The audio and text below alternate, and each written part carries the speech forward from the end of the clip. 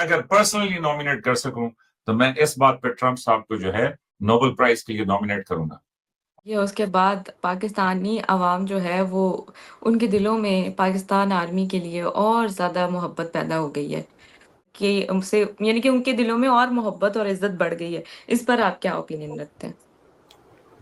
जी जी जी जी जी। जब ये आपको बोलना पड़े ना कि इज्जत और मोहब्बत बढ़ गई है, समझिए मामला बहुत बेकार है, मामला बहुत खतरनाक है। देखिए, सबसे पहले मेजर साहब की कुछ फैक्चुअल इनकरेक्शंस को मैं ठीक कर दूं कि अब क्या भाई अफगानिस्तान वाला माल है, मैं समझ रहा हूँ। देखिए, अपना कुछ नहीं है जी, चेंगदू का ये बन गया जी, चेंगदू चाइना का वो स्टॉक चल गया, अपना प्लमेट हो गया, कोई बात नहीं हो जी, चेंगदू का बढ़ा है जी, ये हमारी खुशकिस्मती है। अरे जय हिंद, स्वागत है दोस्तों आपका हमारे चैनल पर एक और लेटेस्ट वीडियो में। तो दोस्तों प्लीज़ वीडियो को लाइक कर दीजिएगा, हमारे चैनल को सब्सक्राइब कीजिएगा और दोस्तों बेल आइकन का घंटा भी दबाइएगा ताकि आपको हमारी आगे आने वाली वीडियो का नोटिफिकेशन आपको मिल सके। बात रही दोस्तों पाकिस्तान की, तो पाकिस्तान आपको पता ही होगा किस तरह से दोस्तों आए दिन कटोरा लेकर दुनिया भर में घूमता है और अभी भी IMF से इनको जो पैसा मिला है तो उसके बलबूते पर पाकिस्तान पल रहा है। और खासकर दोस्तों अमेरिका के रेमोक्रम पर अमेरिका दोस्तों इनको थोड़ा बहुत टुकड़ा डालता ही रहता है और पाकिस्तानी उसके बलबूते पर आज तक पाकिस्तान जिंदा है। लेकिन जो अभी पिछले दिनों भारत के साथ दोस्तों जितना भी जो ये एक युद्ध जैसी स्थिति बनी थी और खासकर जो भारत ने ऑपरेशन सिंदूर चलाया था उसमें पाकिस्तान की जिस तरह से दोस्तों चिथरोल हुई थी, भले ही पाकिस्तानी आर्मी लोगों को उसका सच्चाई नहीं बता रही, पाकिस्तानियों को तो यही चूरन परोसा गया कि हम यह जंग जीत चुके हैं। तो किस तरह से पाकिस्तानी दोस्तों, ज़्यादातर पाकिस्तानी तो इसकी सच्चाई जानते थे, लेकिन जो अब मौजूदा सरकार है, जो जितना भी पाकिस्तानी आर्मी का सेटअप है, उनको फॉलो करने वाले लोग सड़कों पर किस तरह से आपने देखा होगा ढोल नगाड़े बजा रहे थे। लेकिन सच्चाई तो यह थी कि पाकिस्तानी आर्मी अपना एक भी कोई भी एयरबेस नहीं बचा पाई थी। हर एक एयरबेस को दोस्तों इंडियन आर्मी ने किस तरह से धुआं धुआं कर दिया था। लेकिन पाकिस्तानियों को किस तरह का चूरन चटाया गया और अब दोस्तों पाकिस्तानी आर्मी ने यह फैसला कर लिया है कि हम डिफेंस बजट भी बढ़ाने जा रहे हैं। तो दोस्तों पाकिस्तानियों को पहले भी इसी तरह खून पसीना चूसा गया और यही सिलसिला अभी भी जारी है। तो इसको लेकर दोस्तों एक बहुत ही बड़ी और मजेदार डिबेट हम आपको दिखाने जा रहे हैं। प्लीज वीडियो को लाइक कर दीजिएगा। चलिए करते हैं वीडियो स्टार्ट। हम ही करते हैं, फिर रिश्तेदारी भी है। तो अभी क्या, बस ठीक है, जिस तरह रिश्तेदारों को आप मिलते हैं आप कहते हैं यार चलो इस दफा छोड़ो, अगली दफा इसको ना मैं भून के रख दूंगा, तो बस इस दफा छोड़ो बाहर इनको, अगली दफा देखेंगे इनको। तो लेकिन मेरे हिसाब से जिन जिन ने जंग नहीं की वो जंग पे तुले में है, और जिन्होंने जंग की है वो बड़े समझदार हैं। वो कहते हैं कि नहीं जनाब, इस तरह की मस्तियां करने की जरूरत नहीं, स्पेशली जब दोनों न्यूक्लियर हो। और ट्रंप साहब ने भी ये कहा कि जी मुझे इसका क्रेडिट नहीं मिलेगा, और वो सच्चा है बेचारा, वो इस लिहाज से सच्चा है ट्रंप कि उसको क्रेडिट नहीं मिलेगा। लेकिन दो न्यूक्लियर मुल्कों के बीच में जंग रुकवाने पे मेरे हिसाब से ओबामा साहब को इन्होंने नोबेल प्राइज दे दिया था। ठीक है, वो खट्टी मीठी पत्नी फिर दो चार चीजें उन्होंने की तो उनको नोबेल प्राइज दे दिया। लेकिन मेरे हिसाब से दो दो मासूम हैं जिनको नोबेल प्राइज मिलना चाहिए। एक शी जिनपिंग साहब कि जिन्होंने 1 अरब लोगों को गुर्बत से निकाल के मतलब अपर मिडिल क्लास बना दिया, कमाल कमाल, वो तो जायज बनता है।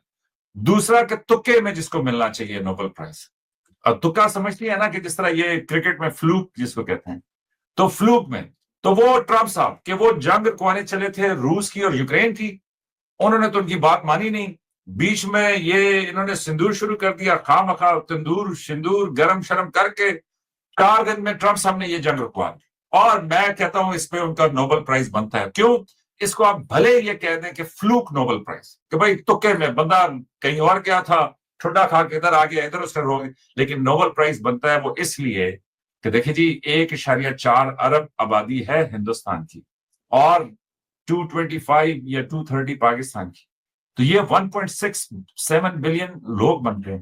1.7 बिलियन लोग रे बाहर दुनिया की आबादी का, still I don't know, doctor साहब बताएं, लेकिन मेरा ख्याल में कि स्टिल ये जो है ना 30% 20% बन जाएंगे। तो दुनिया की 20% इंसानियत को बचा लेने का क्रेडिट ट्रंप साहब को जाता है। और ट्रंप साहब अगरचे इतने जबरदस्त वो इंडिया मीडिया के ऊपर फोकस रहते हैं, लेकिन यहाँ पे ना ट्रंप साहब को थोड़ी सी मार्केटिंग टीम अपनी बेहतर करनी चाहिए। वो इसलिए कि वो खुद तो बार बार बता रहे हैं कि ये क्रेडिट मुझे आता है, लेकिन उनकी टीम में से कोई नहीं बता रहा। तो मैं अगर पर्सनली नॉमिनेट कर सकूं तो मैं इस बात पे ट्रंप साहब को जो है नोबेल प्राइज के लिए नॉमिनेट करूंगा।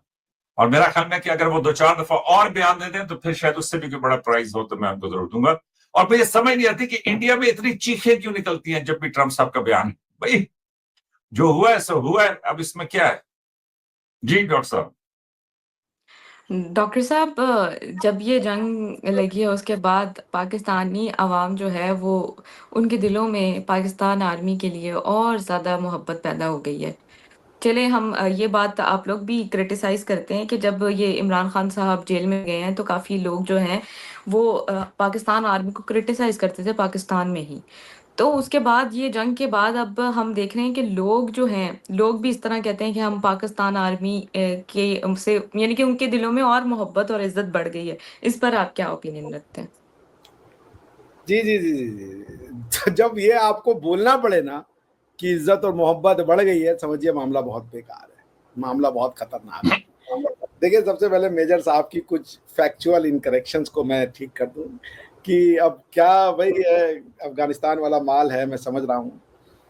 देखिए, अपना कुछ नहीं है जी, चेंगदू का ये बन गया जी, चेंगदू चाइना का वो स्टॉक चल गया, अपना प्लमेट हो गया, कोई बात नहीं हो जी, चेंगदू का बढ़ा है जी, ये हमारी खुशकिस्मती है।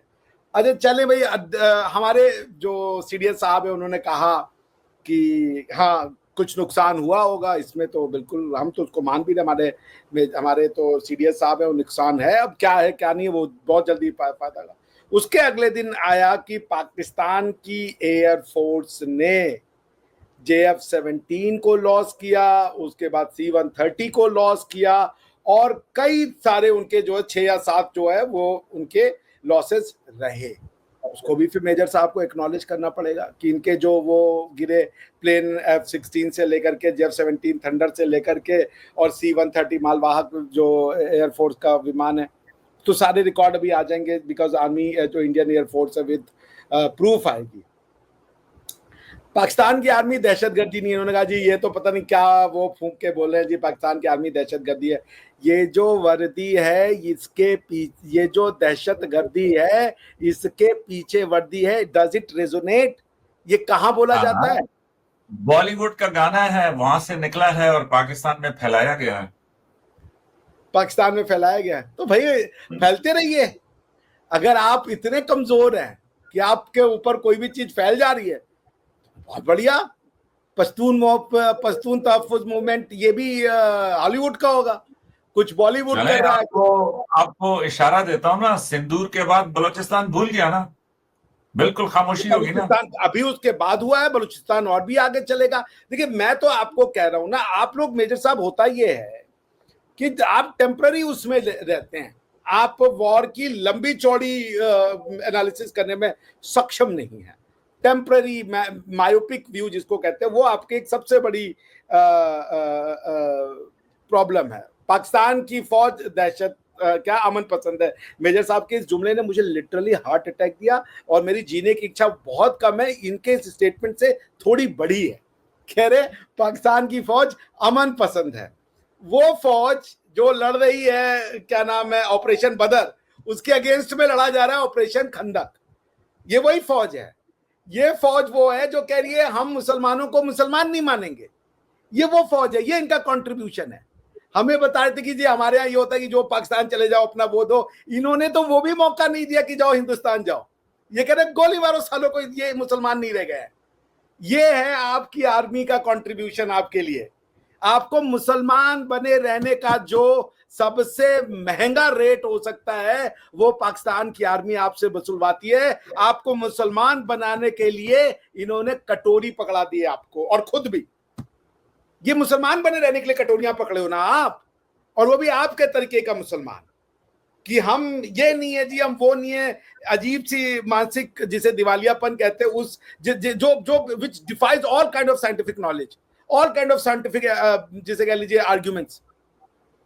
ये बिल्कुल सही बात है कि आपकी कुछ न्यूसेंस वैल्यू है, जो इंडिया की ग्रोथ को चेक करने के लिए आप एक कील हो, बस इससे ज्यादा आपकी कोई यूटिलिटी दुनिया में नहीं है। आप याद रखिएगा, इंडिया को बढ़ने से रोकने के लिए वेस्ट और चाइना आपका उपयोग करेंगे, ये सच है, मगर वो आपको कभी भी उन्नत नहीं होने देंगे।